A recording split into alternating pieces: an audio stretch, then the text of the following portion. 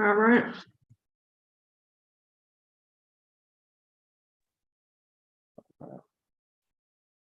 Is it recording? That's about not yet. Okay.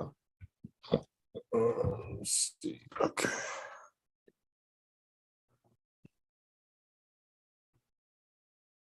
It's live on YouTube. Okay.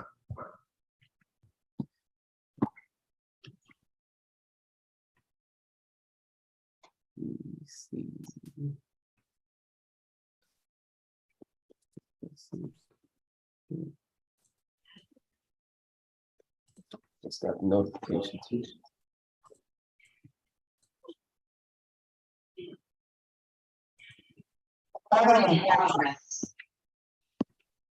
All right.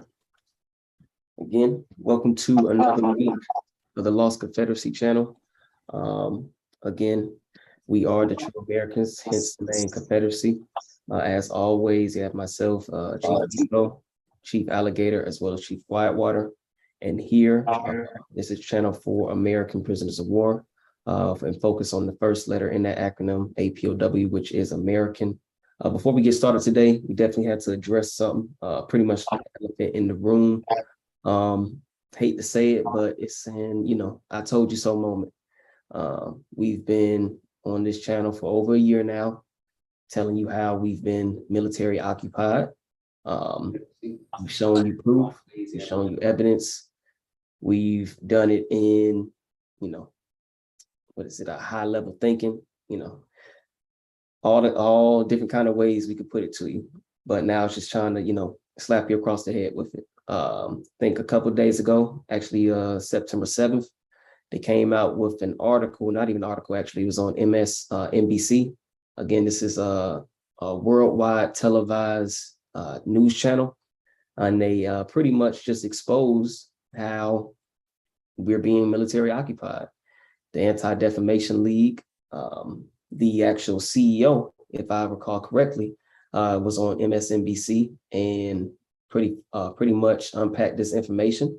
Said that there was 38,000 members of the Oath Keepers, again, a militia group, and 38,000 members of them included politicians, active military, police officers, police sheriffs, judges, anything you could think of, even down to, I believe he's even said pastor. So again, people, this is just one militia group.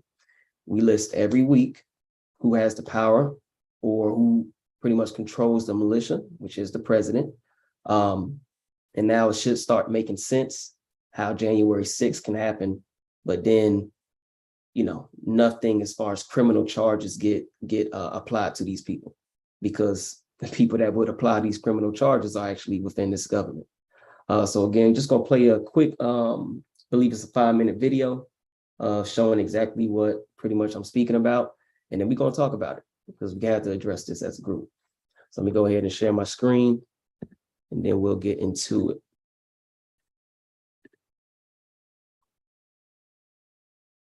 Anti-Defamation League's Center on Extremism is out with an in-depth analysis of a leaked Oath Keepers membership list from a year ago, which finds there were hundreds of names on it of current or former elected officials, law enforcement officers, and members of the military. The Oath Keepers are a far-right militia group, multiple members of which stormed the United States Capitol during the insurrection and that attack on January 6th. For more on this new report, CEO and National Director of the Anti-Defamation League, Jonathan Greenblatt, joins us now. Jonathan, thanks for being with us. So take us through the report that you all did, how you got your hands on the list, and what were some of the more troubling aspects of what you found? Sure. Thank you for having me this morning, Willie. And I will tell you, this is a chilling report, the likes of which we've never released before. Last September, ADL analysts were able to get our hands on a data leak of the Oath Keepers membership rolls. There were 38,000 names that were essentially pulled from their records and put out in the open. Our analysts pulled down the information before the Oath Keepers could pull it back. We used open source techniques, including public records, social media, and other methods to review every single name that we found. And I must say, We thought the Oath Keepers were a threat when they rampaged through the Capitol on January the 6th, but we had no idea just how deep the threat truly is. We found hundreds of active law enforcement members who are part of the Oath Keepers, 10 chiefs of police, 11 sheriffs, dozens and dozens of active members of the US military, some 80 individuals who were running for public office, almost 24 of whom made it through the primaries and will be up this fall. And look, you might not know all of these names. Many people might know Arizona State Senator Wendy Rogers, who still months after the terror attack at the Capitol proudly proclaimed that she was an Oath Keeper in support of the group. But I'm talking about a county commissioner in Nevada, a town justice in New York, a firearms instructor in Pittsburgh, a pastor in North Carolina, and it goes on and on and on. These are individuals with access and influence. These are individuals with resources and training. And these are individuals who have shown us they are willing to commit acts of sedition and violence against the US government. Jonathan, are you surprised at the extent of the membership of the Oath Keepers and other far-right groups who apparently, or maybe they do know, that the underpinnings of the philosophy of these groups are rooted in race and religion? In other words, they're against anybody who isn't white. And Jewish people obviously have a target on their backs based upon their philosophies. Does this surprise you at all that their membership is so diverse in a sense? It somewhat does. I mean, look, right-wing extremism is a spectrum. We know that, Mike. And so there are white supremacists, there are sovereign citizens, and indeed, there are these armed militia groups. We know organizations like the Proud Boys.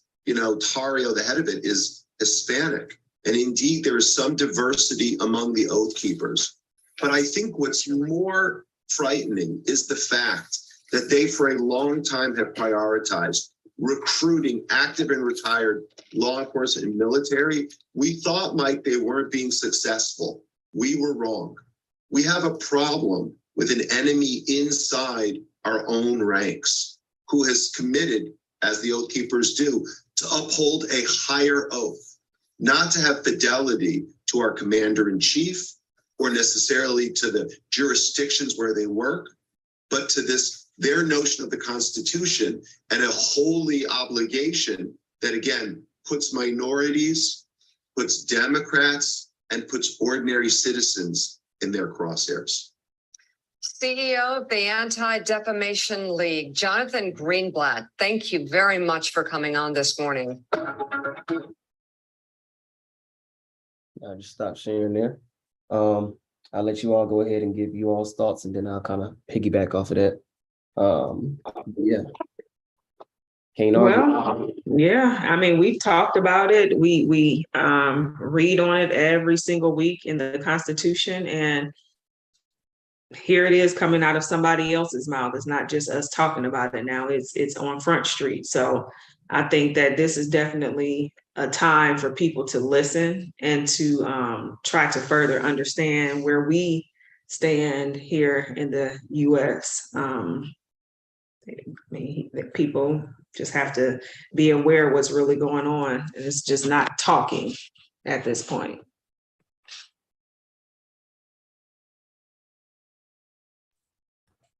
Really don't have a lot to say. It's pretty much speaks for itself. Like you said, that's a worldwide news outlet. Only thing I will say is the way that this government works is that was a declaration. So now that it's out in the open that you have militia that are running for public office and you go out and you vote, you're going to get exactly what you're asking for. Remember, this whole thing operates off your consent. So they're going to change the narrative. You're not going to hear about this. This is the end of the third fiscal quarter. Voting comes in the fourth fiscal quarter. You're going to see your enemy who looks like you. They're going to tell you to go out and vote. But this man has already told you that militia is running for office and they already made it to the primaries. I'll stop right there. And just kind of piggyback off of, Chief Quietwater as well as Chief Alligator. You didn't hear them talk about anything about, getting these people removed, putting any criminal charges on these groups of people. We're just letting you know it is what it is. I'm just giving you the information and you do with it, what you please. So again, as Chief Alligator stated, if you take your ass to these, voting stations, these voting polls, and still have faith in this system, I mean, at this point, you get what you deserve. How can you see something like that and then still feel that, we have to make sure that we get these people out and put some more people in? The outcome is going to be the same, people. You're trying to put in different numbers and get out a different result when it's going to spit out the same result. We're not working for you. It's plain and simple. We're going to keep, hitting you guys across the head with it until it sticks. And hopefully this is just another, hopefully this is like a lightning bulb or a lightning rod that actually wakes up a lot of you people. Because we have to understand exactly what we're dealing with here. And I'll just leave it at that, and we'll go ahead and get into continue our 1866 hearings. But first and foremost, definitely want to go ahead and, make sure we do some type of recovery. So I'll go ahead with the 12 steps for this week.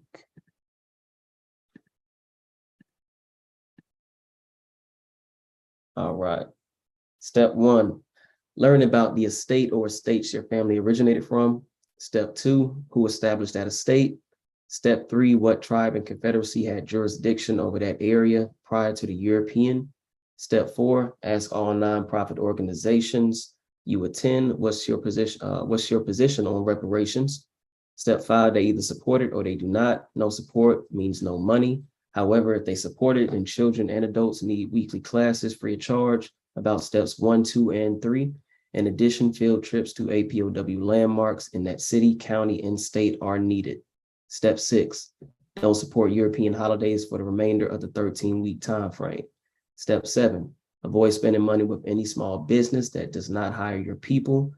Example, gas stations, nail salons, subways, corner stores, etc. Step 8, all businesses need operating cash, so spend money with American businesses. Step 9, all other groups rely on our energy and the operating cash to survive. Set the trends of making other groups follow our lead and support our clubs, services, and products.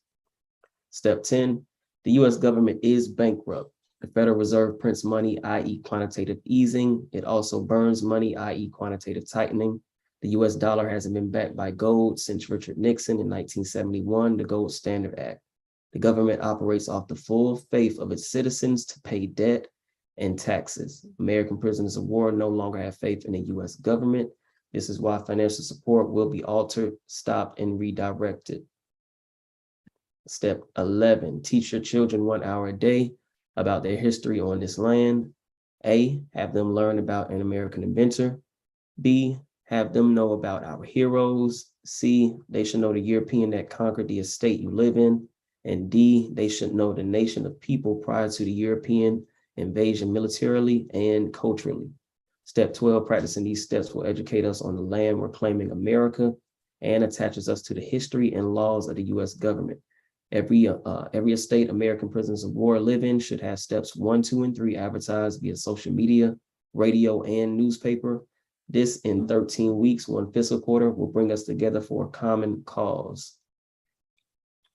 And as always, definitely want to highlight what stood out as far as these 12 steps for this week. For me, it would have to be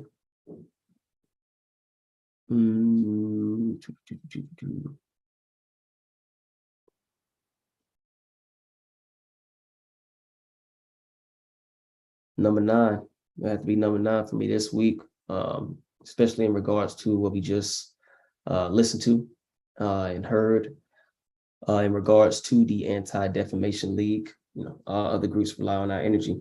Again, I'm going to keep reiterating this, people. If you continue to put your energy into this system, especially after, full proof. And again, this is just one militia group that they quote unquote had leaks from in regards to their membership.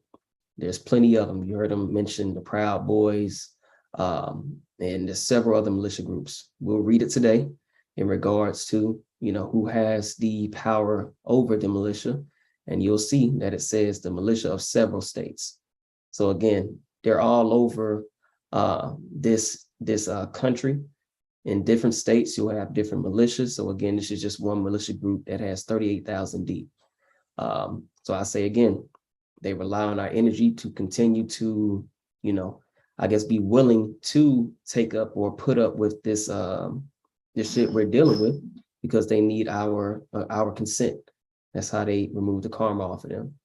So again, we need to make sure that we're, you know, being conscientious of that.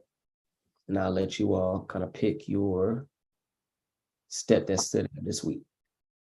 I'll go with 10 this week, and that just kind of ties into everything that we're basically just saying, is that we have to have, in order for it to run, we have to have faith in the government. So, which is why, like step 10 says, why financial support should be altered, stopped, and redirected so that we can gain some sort of tracking and everything that's going on. So that sticks out for me this week. Yeah, I was thinking step 10 as well. Keep beating that drum. There is no money. So literally we're operating with coupons, and they won't even give this group specific coupons for any particular reason. Joe Biden, the first 100 days of any president is the most important days, because that lays out the agenda for the first 4 years. You didn't get anything as a group of people for the first 100 days, and you've watched illegal immigrants get benefits, Afghanistan refugees get benefits, Ukrainians get benefits. Yeah, it's again, I'm gonna keep saying it's a hard pill to swallow that you're a POW or a prisoner of war, but when you understand your history on this land, right when you got your civil rights in 1968, they took the money out of the system. So they won't even give you coupons, which is not even worth anything. You can't even get that from this government. And on top of that, what they founded this government on, which is the Militia Act of 1755, now they're coming out and just pretty much letting you know, we're past Ku Klux Klan, we're past all of that. We're armed, we're ready, and you know, they're gonna get on the offense. Excellent points. Excellent points made by both yourself and Chief Quietwater. Yeah, I mean, plain and simple, there is no money. It operates strictly off our faith, and like he stated, they won't even give you the coupons that don't have anything backed off it. So that in itself should tell you, okay, who are we actually within this system? You're the American. They'll give everybody else the paper that's worthless, but they won't even give you the worthless paper. Come on, people. It's not rocket science. Next, I'll go ahead and continue with this week's American Inventor. I think we have another good one as always. Now I'll go ahead and share my screen. And this week we have Miss Marion Croak, born May 14th, 1955 in New York, New York. Miss Marion Croak here has over 200 patents. Well, she's responsible for over 200 patents. Inducted into the women's, what did it say? Women in Technology International Hall of Fame in 2013. She's currently the vice president of Google, or vice president of engineering for Google. And this lady here is responsible for the voice, my screen just kind of went out there. I believe it's voice over internet protocol. So basically being able to say something within a computer system or digitalized system and actually have that message transferred. So pretty much like you can think of it as your voice text message on your iPhone, or if you have Android, you're able to like say something and it'll actually spell it out. She's pretty much been responsible for that. Previously worked for AT&T. She was the senior vice president for a long time for AT&T. And this particular patent here, as you can see on the screen, Hold on, my screen coming in and out. So you can see on the screen here, that patent number is going to be 7599359B1. And this patent was granted October 6, 2009. So again, this is Marion Crook rather, and this is our American inventor for this week.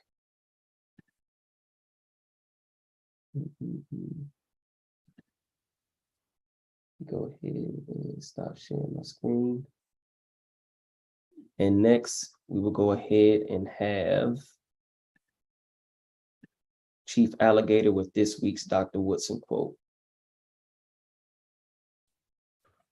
Can you share your screen with the quotes?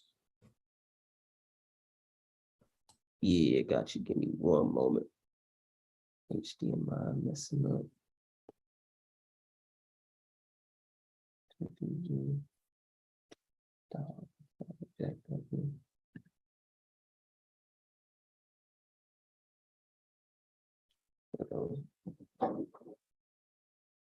Screen messing up. I can grab it if necessary. All right, I should have it here. Okay. And which quote were you looking to read this week? Scroll down a little bit. Let's see.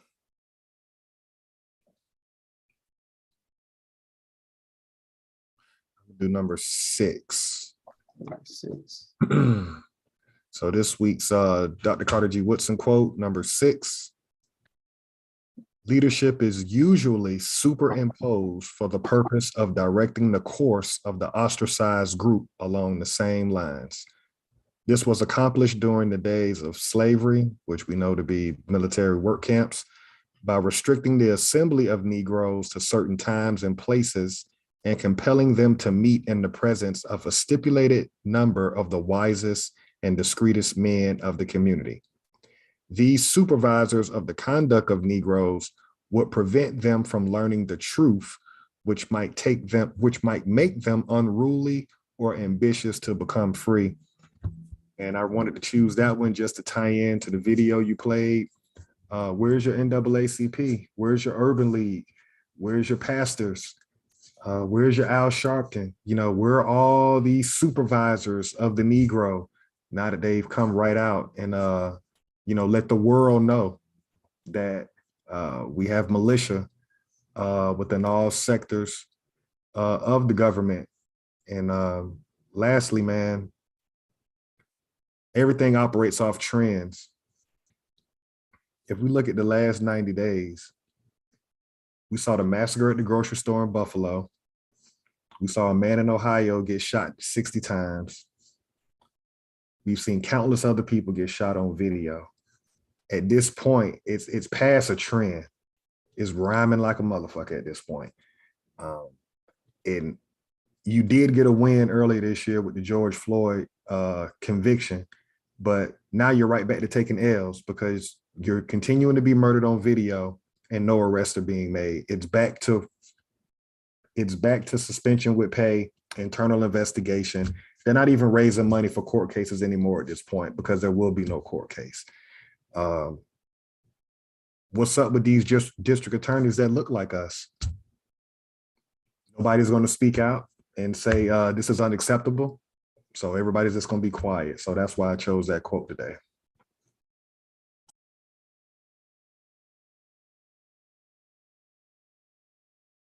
Excellent quote and great points made. And I like how you tied it in. Yeah, hear nothing from, you know, these organizations that we like to uphold or like to hold at high esteem. Nothing. If you do hear anything in regards to, you know, Black media or quote unquote Black media, they're saying, you know, this is why we have to vote.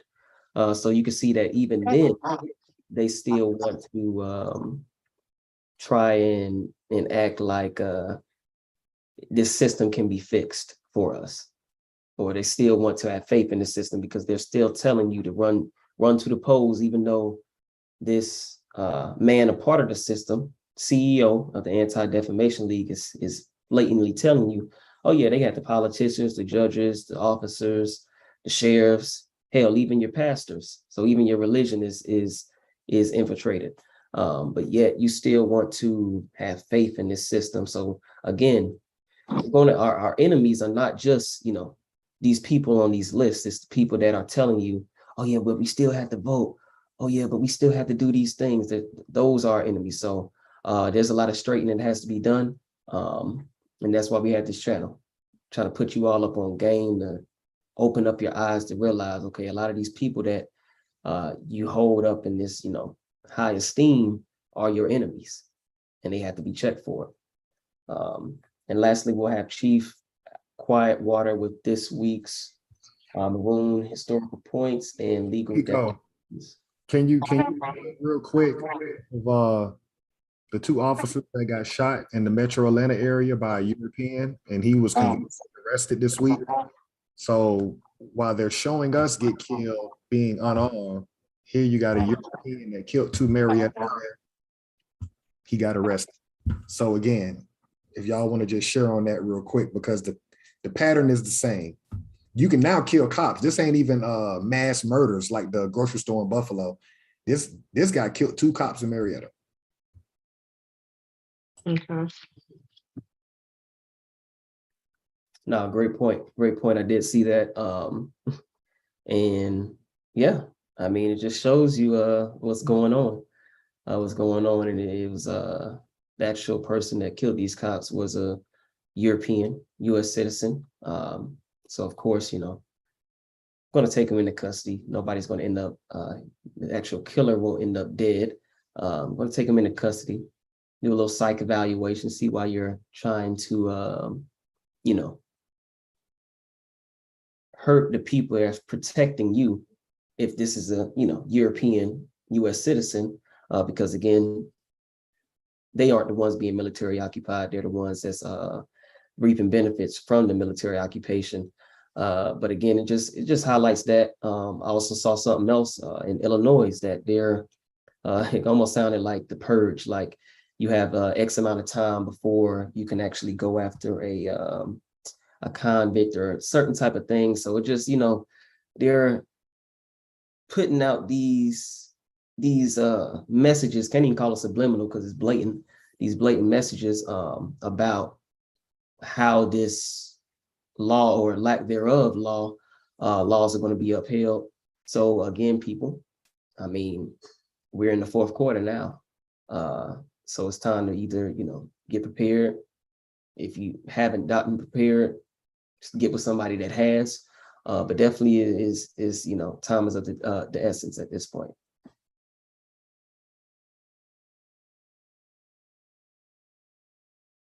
I agree with both of you. Yeah, it's in our face, and I mean, I really don't have much to say on it in regards to that.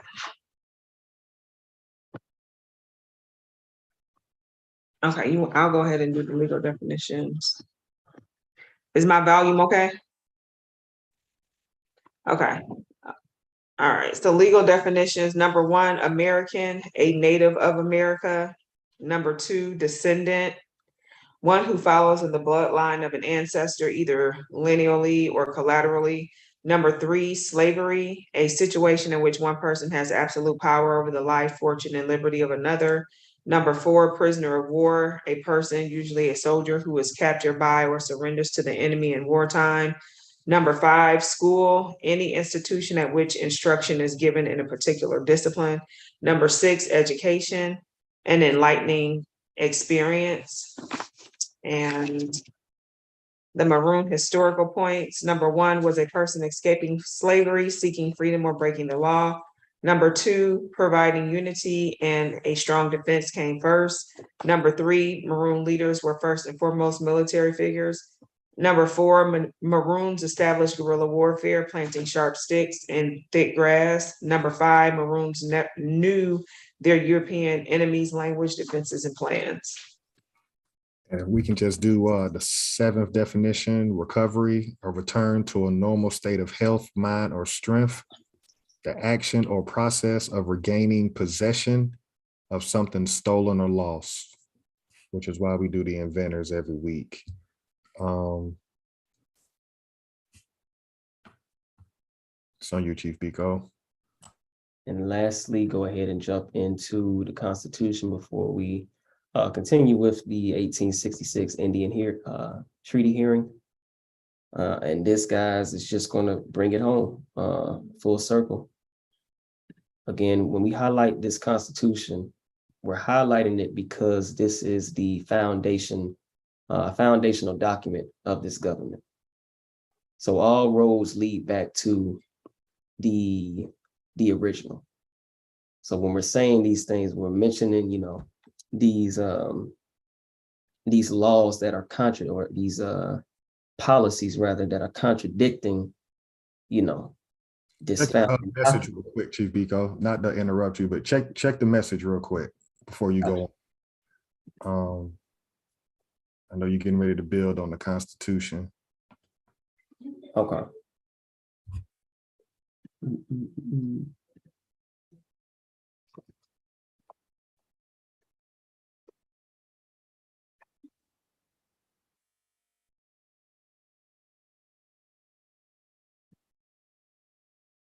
But definitely, the reason why we actually highlight these points is because, again, this is the foundational document.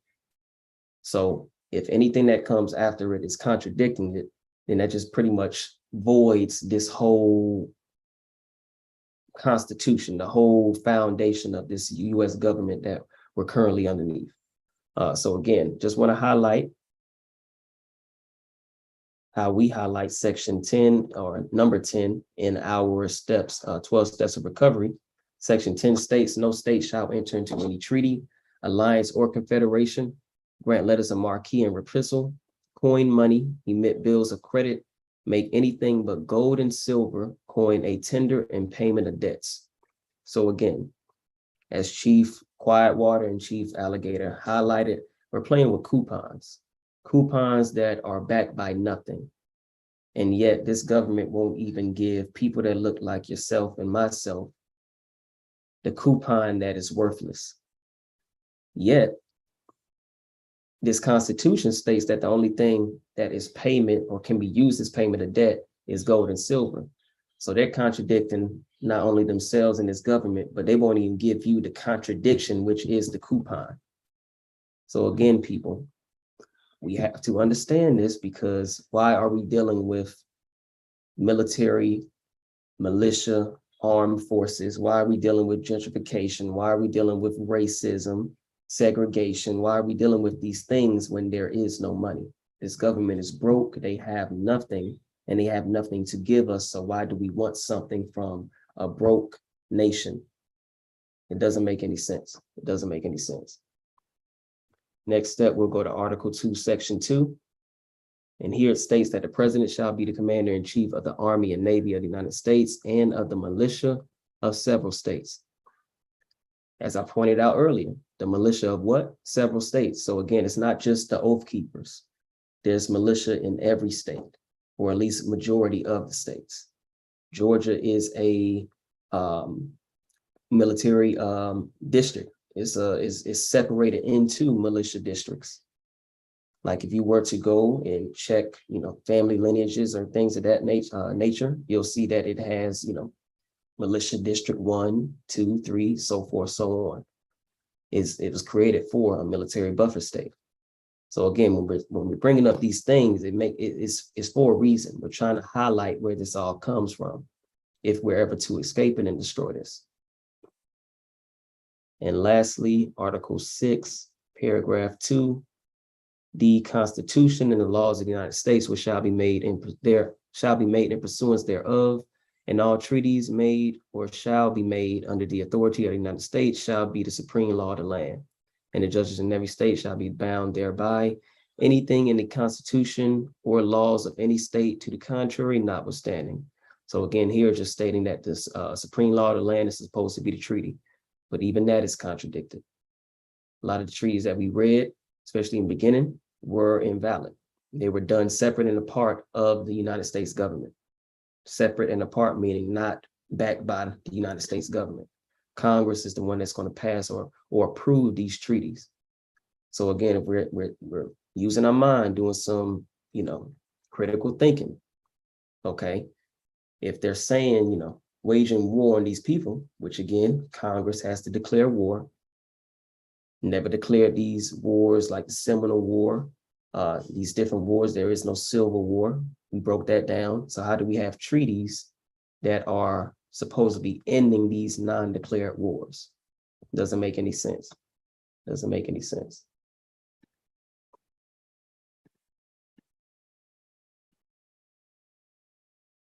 I know last time that we left off, I believe it was the Seminole that we had listened to. And this time we'll go ahead, I believe we're at the 39-minute mark. We'll go ahead and jump straight into it. Good on time. Ambassador Chowdhury, please proceed with your testimony. Mado, I've got a long history with these buttons. Do I have it right, sir? You got it right. You're doing great. Thank you. Pixchi, Janda Vosula Chowdhury Jajifkados, Azagnamasi, Ibufunga, Amalga, Utmitus. Mr. Chairman, Vice Chair, members of this esteemed committee, thank you for the opportunity to testify. My name is Janda Vosula Chowdhury, and I'm proud to serve as ambassador of the Muskogee Creek Nation. As I sit here before you today, the sovereignty of all tribal nations is under attack. 2 years ago, the Supreme Court upheld our nation's sovereignty in McGirt versus Oklahoma. Just this past month, however, the court chose to abdicate it in order to placate Oklahoma politicians. Congress has a duty to protect the sovereignty of all tribal nations. That duty is all the more pressing when one branch of the federal government seeks to eliminate it. The Freedman issues trace their roots to injustices against both Native Americans and African Americans. It goes without saying that slavery is and always has been wrong. And just as the United States fought a civil war over slavery, the Creek Nation fought its own civil war. On one side were the traditionalist Upper Creeks, who opposed the imposition of colonial American life into our nation, including the legalization of slavery. I'm a descendant of Fish Pond and other Upper Creek towns. My mom used to explain family oral history, stating that when our family and other Creeks would raid slave owners, we would give freed slaves 3 options. 1, receive our assistance for passage to the north. 2, live among us and with us. Or 3, join an autonomous Black community within the larger Muskogee world. However, these practices conflicted directly with the goals and desires of the most prominent Lower Creeks, who sought to fully assimilate every aspect of white American culture into the fabric of our nation, including slavery, cotton, and Christianity. Instead of allowing the conflict at Creek Nation to play out through our own internal democratic processes, the United States intervened and dispatched General Andrew Jackson to exterminate the Upper Creeks. The United States goal was nothing less than complete annihilation. In 8 months of massacres, the United States burned nearly every Upper Creek home and murdered thousands of men, women, and children. My ancestors from Fish Pond sought refuge at Horseshoe Bend on the Tallapoosa River in Alabama, and they were slaughtered by Jackson and the slave-owning Cherokee leaders, John Ross and Major Ridge, who volunteered to fight with them. At Tallahassee, Jackson locked 50 men, women, and children in a cabin and burned them alive. Horseshoe Bend and the scores of massacres that preceded it silenced the strong anti-slavery faction within the Creek Nation. Jackson's extermination policies against the Upper Creeks created Alabama and resulted in the Indian Removal Act and ultimately the Trail of Tears. Even so, thousands of Creeks fought on the side of the Union in the American Civil War. Once again, we were targeted. Our homes burned and hundreds died. In exchange for our loyalty, the United States promised that once the war ended, our nation would not lose any land and all of the loyal Creeks would be financially assisted. Both promises turned out to be lies. The Treaty of 1866 has often been characterized as a Reconstruction treaty. For us, it was not. It was a land grab that stripped us of half of our reservation by force. And my great-great-grandpa up Knee Hill, who fought for the Union, said the final payment from the United States wasn't enough to buy a hat. It is important to note that we are not Cherokee Nation. We are not Chickasaw Nation. We are the Muskogee Creek Nation. Our treaty with the United States contains different language than the treaties of other tribal nations. Our current constitution was reviewed and approved by the Department of the Interior. However, the interpretation of this treaty is currently the subject of ongoing litigation. Any true solution must go beyond the shallow political rhetoric and the yes-no binaries that such rhetoric supports. To that end, we've begun a process at Muskogee Creek Nation of developing historical, cultural, and legal research that will help our citizens engage in a thoughtful, informed exploration of this issue as they exercise their sovereign right to determine the future of the Muskogee Creek Nation. The Muskogee Creek Nation is proud of our diverse citizenship. We have citizens who have mixed ancestry, who are also white, African-American, Mexican-American, and many other heritages. I myself am Creek and Asian. But whatever else we may be, we're all Creek Indians by blood. And as a nation that has endured policies intended to exterminate us because we are Creek Indians by blood, citizenship and issues involving non-Creek persons engender deep conflicting emotions. Quite frankly, our citizens stand on both sides of these issues. We're working towards healing. We're not only the descendants of select families that owned slaves, but also those who opposed slavery and incurred the targeted and murderous wrath of the United States military. But the solution to this is not another colonial intervention by the United States. Mado. Thank you very much for your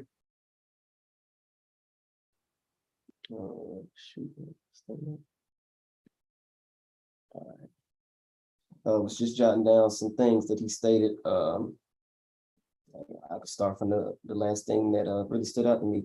Stated that there are non-Americans that are a part of the Creek Nation. Again, further proof that a lot of these quote unquote Native Americans aren't indigenous to this land. He stated, we have white members, we have Asian members, Mexican members. So again, just being able to pretty much join a club per se is sounding it sounds like what the not only the Creek Nation but pretty much majority of these nations within this hearing is what they do. Hey, you want to be a member, sign up, okay, cool. But then that contradicts what another I believe one of the chiefs had stated, you have to have certain type of blood. So what is this qualifying attribute that you need just to be a member of these quote unquote nations?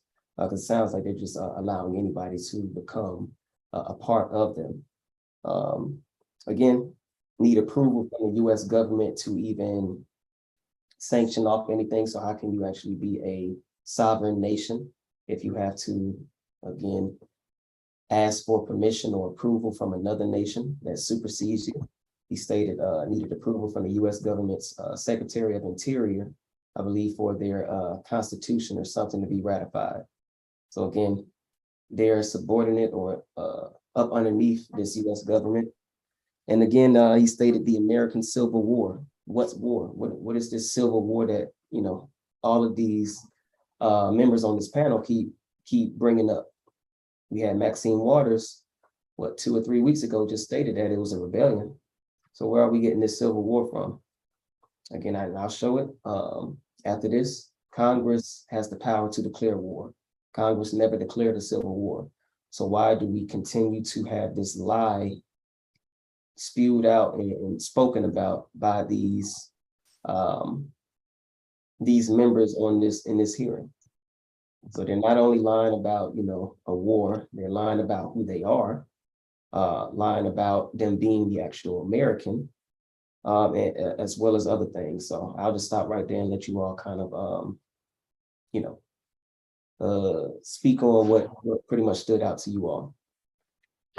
For me, that definitely stood out in regards to him saying that, you know, you could be white, Mexican, Asian, he's whatever he said he was, an Asian. It just does not make sense for them to even be having this hearing, because it's all just made up. Like, this is just a show for them to prove what, you know. I just don't think that I just think that we need to be collectively just aware. You know, of course, not many people have viewed this because this wasn't just blasted over the internet or on the news or anything. So their goal is being achieved because they're going through the motions of this and just blatantly just lying. Like you said, it's just like you just sign up to be a part of this club or this nation. I just don't think that is right. It's ridiculous. It's comical at this point. I agree. And the lies, you can't keep your story straight. It's amazing how he talks about Andrew Jackson and the Indian Removal Act, but you want to neatly avoid the background image, which is the Seminole Wars. Everybody wants to act as if there was no wars going on. In addition to that, when you don't know your history, most people will probably hear him talk about slaves. And if you look like myself and everybody on this channel, you probably think that you were the slave. My suggestion to anybody that's going to watch this video is stand on the edge of the coin. Don't choose heads or tails. Look at your history. Look at everything that you created. You fought in every war on this land. So why are you putting yourself as the slave? These people are a minority on this land. The people with the Mongoloid look, that Asian look that he referred to. The European, we know, came over here as peasantry. So when you look at everything that we created, all the towns that have been burnt down during this period and going into the early 20th century will be the 1900s. We have to stop looking at ourselves as slaves. Chief Whitewater, you said it. It's only 357 views. This hearing took place in July. Our people are out to lunch. Our people are out to lunch. These people are openly broadcasting that militia is in government. This history, I don't know why we feel like American history isn't a part of our story. So basically, we're just completely neglecting our great-grandparents. I'm an optimist by nature, but when it comes to this group, they've taken everything from you. They've taken your inventions, which turned into industries. They've outsourced your manufacturing to Asia. We have nothing as a group. You have immigrants that have come over here and become the small business class, which is the engine of this government. And so you wonder where the disrespect comes from. You wonder why people are claiming everything that you've done, because you don't own it. You don't own anything. So you don't control anything. And everybody is pretty much giving us their ass to kiss because we are the consumer. We are the consumer group.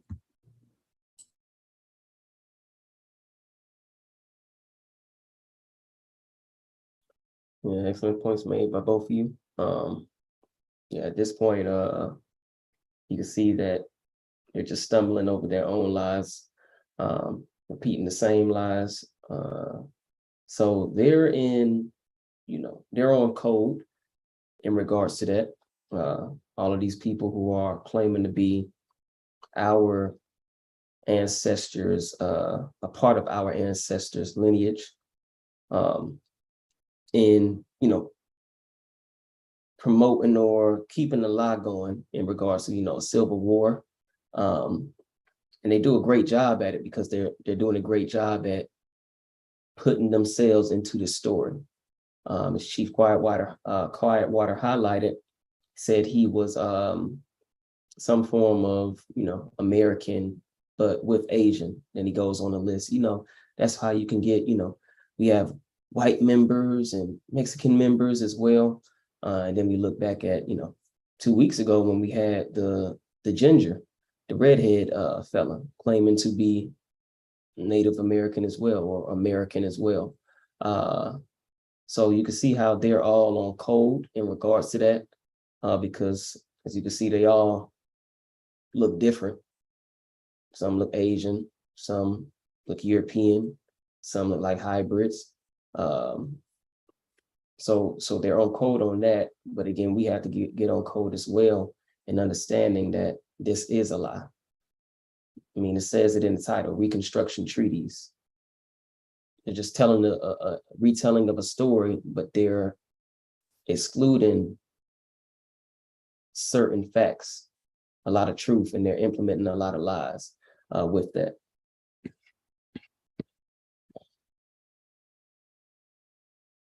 So we'll go ahead and continue. Should be able to get one more. Testimony, Mr. Greetham, please proceed with your testimony. Thank you very much. Chairman Schatz, Vice Chairwoman Murkowski, and honorable members of the committee. My name is Stephen Greetham. I serve as senior counsel to the Chickasaw Nation. I want to thank you for the opportunity to speak today. The committee called this hearing to inquire as to freed person descendants' tribal citizenship rights under various 1866 treaties. For Chickasaw, this inquiry is controlled by Article 3 of our 1866 treaty, a treaty to which the Choctaw Nation is also a party. The United States Supreme Court adjudicated the committee's question more than a century ago. Consistent with that adjudication, we have not violated, nor are we violating our treaty. But before I go further, let me state plainly, human chattel slavery is a stain on history. It is a stain on the continent's history, on the United States history, and on Chickasaw history. Likewise, Jim Crow is a stain on the United States and Oklahoma's history. There's no room for ambiguity on those points, and nothing I say today should be interpreted as suggesting any ambiguity. Relevant to the committee's inquiry, the Chickasaw Nation's 1866 treaty provides for a land cession to the United States, but conditions federal compensation on the nation's choosing to extend citizenship to freed persons. That choice was neither made nor supplanted by the treaty, which only spoke to the consequence of whichever choice the Chickasaw made. The Chickasaw people deliberated and chose not to extend citizenship. In doing so, the Chickasaw expressly relinquished any claim to compensation for the lands the United States took. This choice was not a violation of the treaty, but its implementation. And of course, as the Supreme Court recently quipped, history did not stop in 1866. In the wake of restored treaty relations, the US again broke faith. Giving into non-native political pressure, Congress turned its efforts to undermining tribal self-government and opening indigenous lands to non-native settlement, so Oklahoma could be formed as a brand new state. It should be remembered that throughout this period, Chickasaws themselves were not US citizens, though they and their rights remained subject to Congress's claim to plenary authority over Indian affairs. In the chaos resulting from this pressure campaign, disputes over freed person rights arose. And in 1902, Congress directed us to court. And by us, I mean the United States and the Chickasaw Nation and the Freedmen and the Choctaw Nation. Here's Congress's language. Authority is hereby conferred on the Court of Claims to determine the existing controversy respecting the relations of the Chickasaw freedmen to the Chickasaw Nation and the rights of such freedmen in the lands of the Choctaw and Chickasaw Nations under the third article of the Treaty of 1866 between the United States and the Choctaw and Chickasaw Nations and under any and all laws subsequently enacted by the Chickasaw legislature or by Congress. In considering the case, the court concluded, 1, Congress had not independently vested freed persons with citizenship, and 2, the treaty did not impose an obligation for the tribe to do so. Instead, the treaty provided for potential citizenship. As the Court of Claims put it, quote, a means whereby freedmen might, by consent of the tribe and the voluntary action of former slaves, become members, close quote. Based on treaty text and the parties' actions, the court ruled freed persons were, quote, freed persons, quote, relation to the Chickasaw Nation is, as the treaty expresses, the same as citizens of the United States in the nation. This remains a true statement of law and fact today. And again, the statement represents treaty implementation, not violation. Treaties matter. They're the supreme law of the land. The federal legal system both produced the Chickasaw Nation's 1866 treaty and adjudicated its meaning more than a century ago. We are both, the Chickasaw Nation and the United States, bound by the court's disposition of the matter. Mindful of questions the law does not answer, though, Chickasaw stands by this process and result. All peoples work to reconcile their often complicated histories over time. The U.S. and Chickasaw signed the 1866 treaty during a difficult period in our shared history, a period in which the United States began its own process of reconciling its dehumanizing reliance on human chattel slavery. We're more than 150 years on now, and that process continues, as it should. But the law matters. Chickasaw history, like other histories, involves growth and setback, trial and progress. In its most recent generations, the nation has made tremendous progress in rebuilding its governing institutions. Today, it employs thousands, both Chickasaw citizens and, like me, non-citizens. It invests in communities throughout its reservation, Oklahoma, and the region. It is dynamic and its work is ongoing. It remains committed to this rebuilding effort, and it engages in it consistent with the law and its people's right to sovereign self-determination. Thank you for the opportunity to speak to you today, and thank you for the opportunity to start a conversation. Thank you very much. Ms. Van, please. We'll stop right there. Did you have anything that kind of stood out to you all in regards to his statements?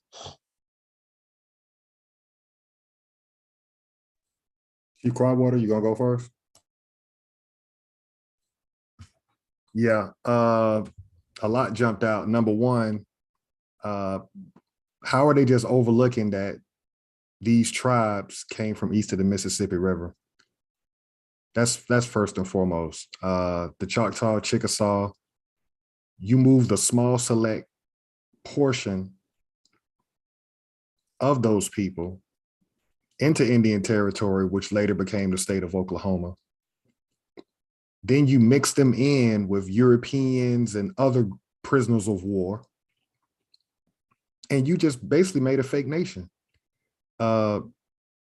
It's almost like the nerve of them to sit up here and pick and choose who's going to actually be Chickasaw and Choctaw when all of these people, and thank you for pulling up this map, all of these tribes originally come from what we know now as the Dirty South, or what's been called the Bible Belt. So the fact that you move these people into Indian Territory, and now these people are actually trying to sit up here and play gatekeeper to an American heritage. In addition to that, this attorney, counsel for the Chickasaw, is talking about the treaty being the supreme law of the land, but Congress never declared a war. So this 1866 treaty that all these nations have are unlawful and invalid, because if you did not have a civil war and the United States government never declared a civil war, then these treaties are just like these people who are claiming to be Chickasaw, Choctaw, Seminole, Creek, and Cherokee. They're a made-up group of people, but they're not the original people who look like us that come from the Southeast region of North America. So again, when we don't know our history, we can let these foreigners play these games with us. We don't understand how this government operates. And it's amazing that you got counsel up here. That's the second attorney that's representing one of these quote unquote nations. And he's sitting up here. Thank you, Chief Biko. Can you highlight where it says to declare war, grant letters of marque and reprisal?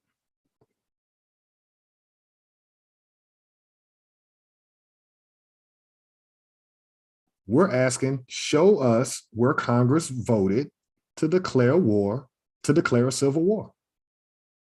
We're also asking, show us where Congress declared a Seminole War. So it's mighty interesting that during your Reconstruction period, which is when you had to make this lie up because neither one of these wars were declared, you built fake monuments of Confederates, but there's no declaration in writing that you ever declared a war. You got museums in Florida, you got memorials in Florida, with the Battle of Dade and all these different battles that happened during these Seminole Wars, but everybody want to act like that didn't happen.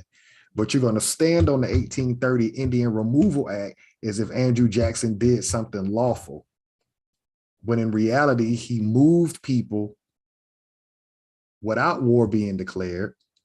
Now you got this same group of people trying to pick and choose who can be members of these fraudulent nations. It's not hard what they're doing. They're bold-faced lying at this point. And again, We challenging everybody. Show us where Congress declared a civil war, because that's the only way they're able to hide behind these fake 1866 treaties, is because they're saying that there was a civil war. If they cannot produce a document showing where Congress declared a war, then those treaties are null and void.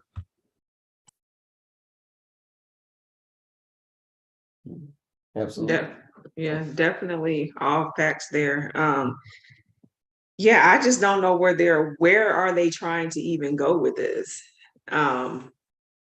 What is the end result that they're trying to achieve with just being this bold with coming and having this hearing that nobody knew about? Am I missing something? What are they trying to do? Great point, though. Great question. Like, what are their Yeah. goals? Because it's obvious, like you just highlighted, as well as Chief Alligator, that they're not fighting for their land where they originally came from. Because like we just showed you, it's the Southeast.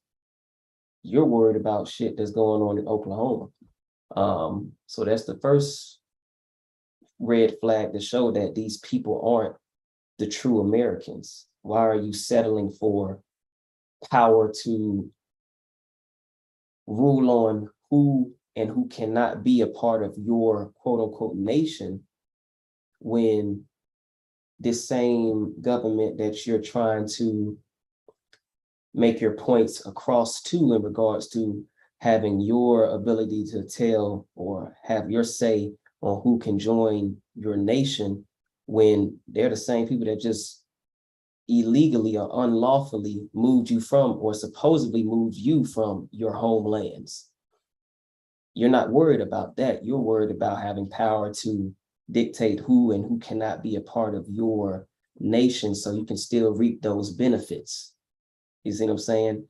That's how it's coming out to me, versus actually, okay, all of these treaties that you made with our ancestors are unlawful because, like we just highlighted, you never declared any war, whether it be the Seminole War or Civil War, because that's the only way you'll be able to capture our land and water to move us to present-day Oklahoma. We're not concerned about that because we already understand that we're not the Americans.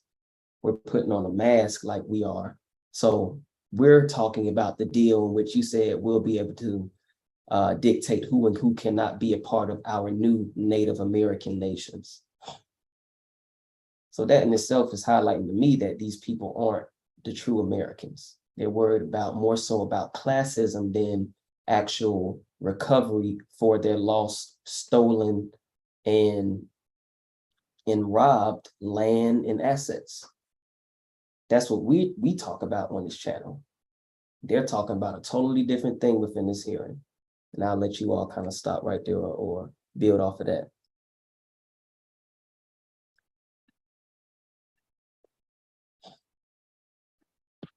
Yeah, that's true. They're not really just upstanding and really fighting for what is real and what really happened. Is for their own gain in regards to what they're trying to achieve for their greater good, not for what's right and not for, I mean, they're just taking it to the max of upholding this lie, basically, is what I see. This lie that is like they've gotten to the point where there's no turning back. Like they basically have to continue to mask it and continue to lie and to continue to uphold what they know the truth about, but the fact that everyone else is in the dark about what's real and what's in black and white in the Constitution and things of that nature. So they're basically doing their part to uphold their lie by any means necessary, basically. Absolutely.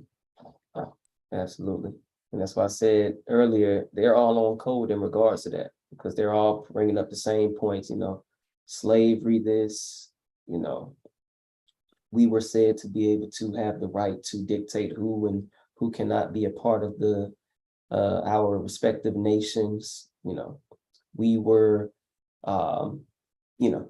warring with Andrew Jackson. Like they're all saying the same thing. So they're on code. And like you stated, just shows to me that they're on code for a specific reason. And it's just to have that that classism be able to again dictate who and who cannot be a part of their nation. And it kind of goes back to what Chief Alligator stated earlier. When we became citizens underneath this government, or quasi-citizens, 3 years later, they took the money out. So it sounds to them they didn't. It sounds to me like these quote unquote Native American nations didn't account for this other group that is saying, oh, we're a part of your nation too. It sounds like, hold on now, you said we can dictate who can. We already have a limited allotment of funds from you all, United States government. So now you're saying we have to spread the wealth with these other people. Okay, now that's not what we agreed upon in these treaties. That's how it's coming off to me, at least. Yeah, in closing, I'll just say, is this confusing? And I'm asking y'all this question on this channel. Do you think what we're doing is confusing because we're so far out to lunch as a group of people on this topic? Yeah, can y'all answer that? Like, is it hard to understand Reconstruction is a long way of saying lying? I don't know why we can't believe that if they don't have a document showing they declared a Civil War and a Seminole War, then you have to look at all these statues and all these school books that were written. You have to look at the length that they would go to live this lie. Mm-hmm. Especially when every one of their websites say that there's millions of these same people east of the Mississippi.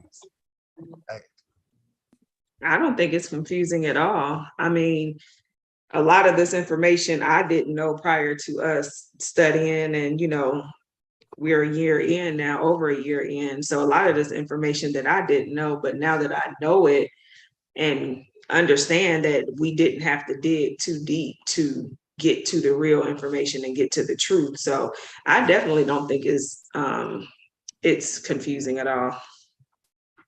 I had to agree. If you could lie about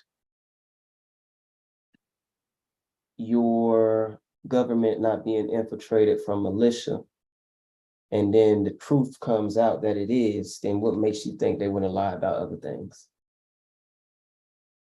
It's like, okay, you lied to me once. Does that not make you a liar?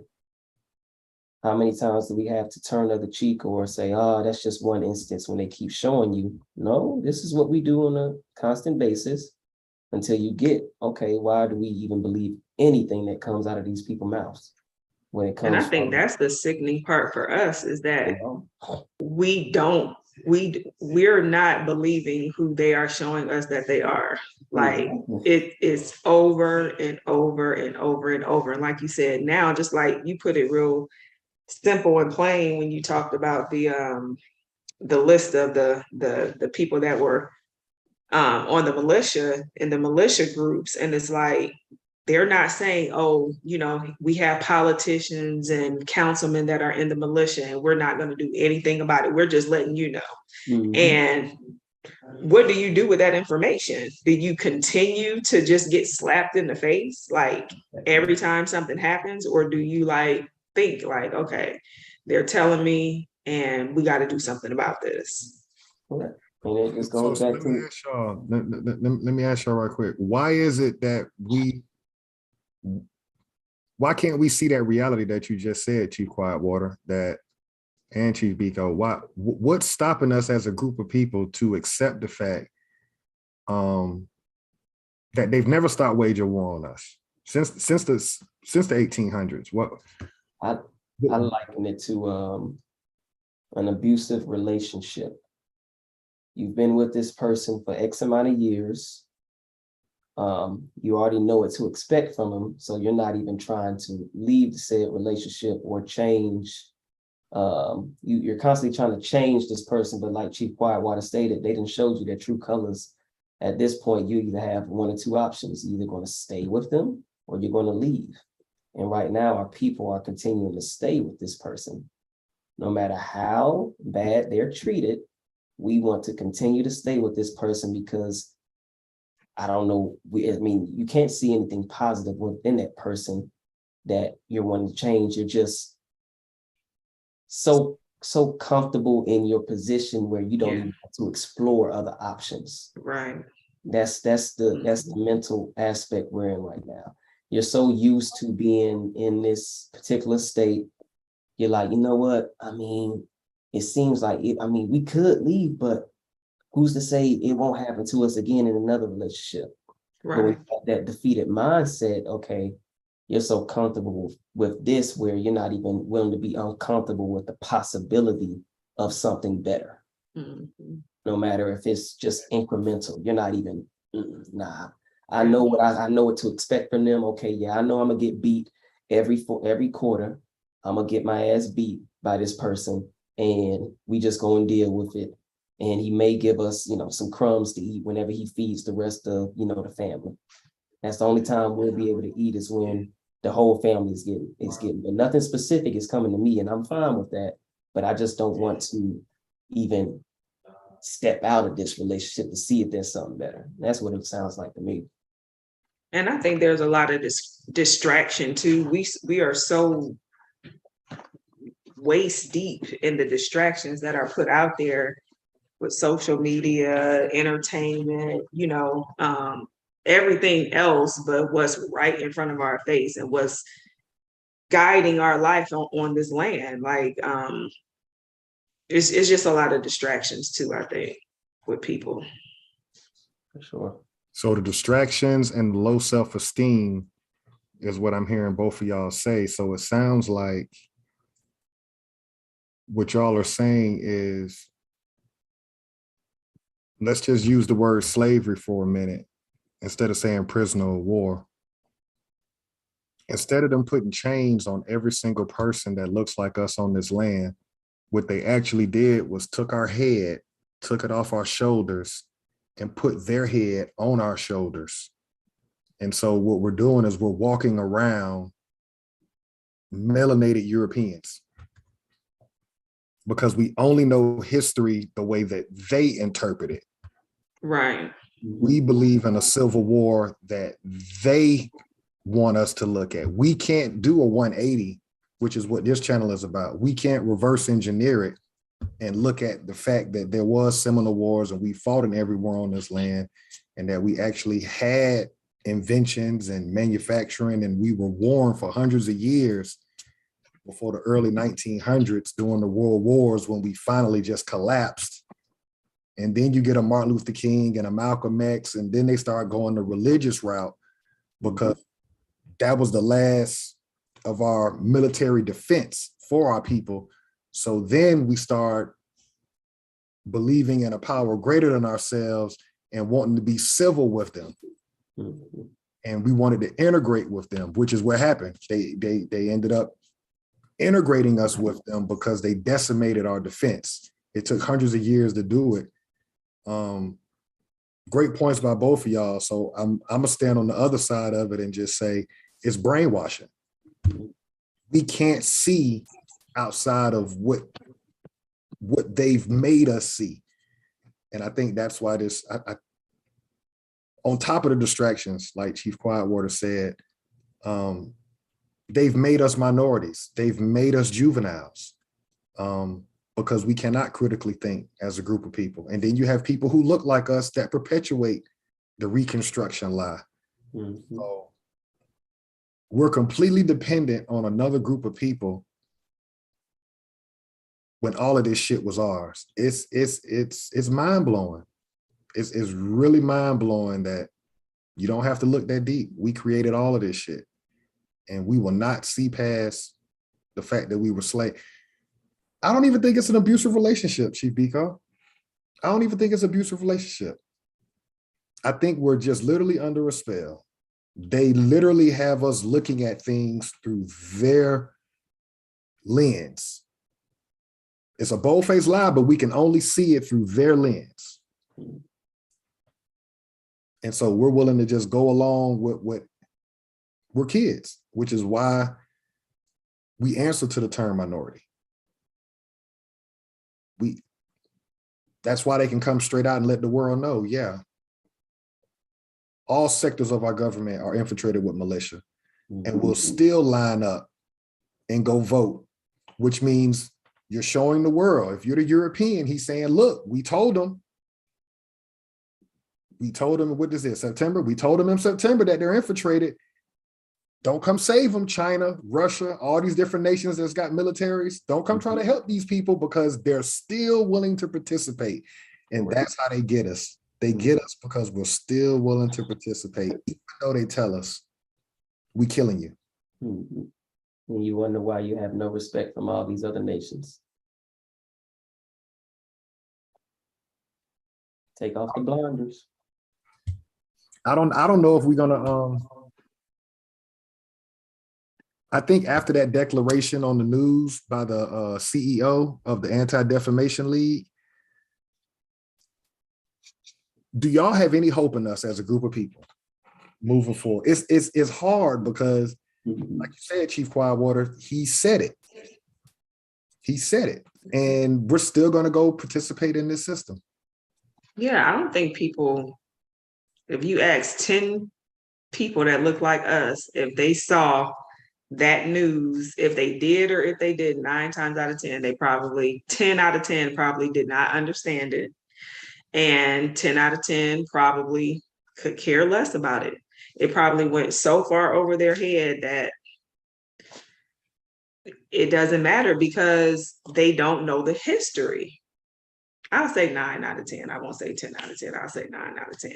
They don't know the history. So if they knew that only the president can call out the militia, then that would make sense to them. But the fact that they don't know that information is not going to make sense. It's not going to click to the average person who don't know the Constitution. That's just my thought. If that makes sense. And on top of that, Joe Biden is not going to say, this is awful, we're going to do a special investigation.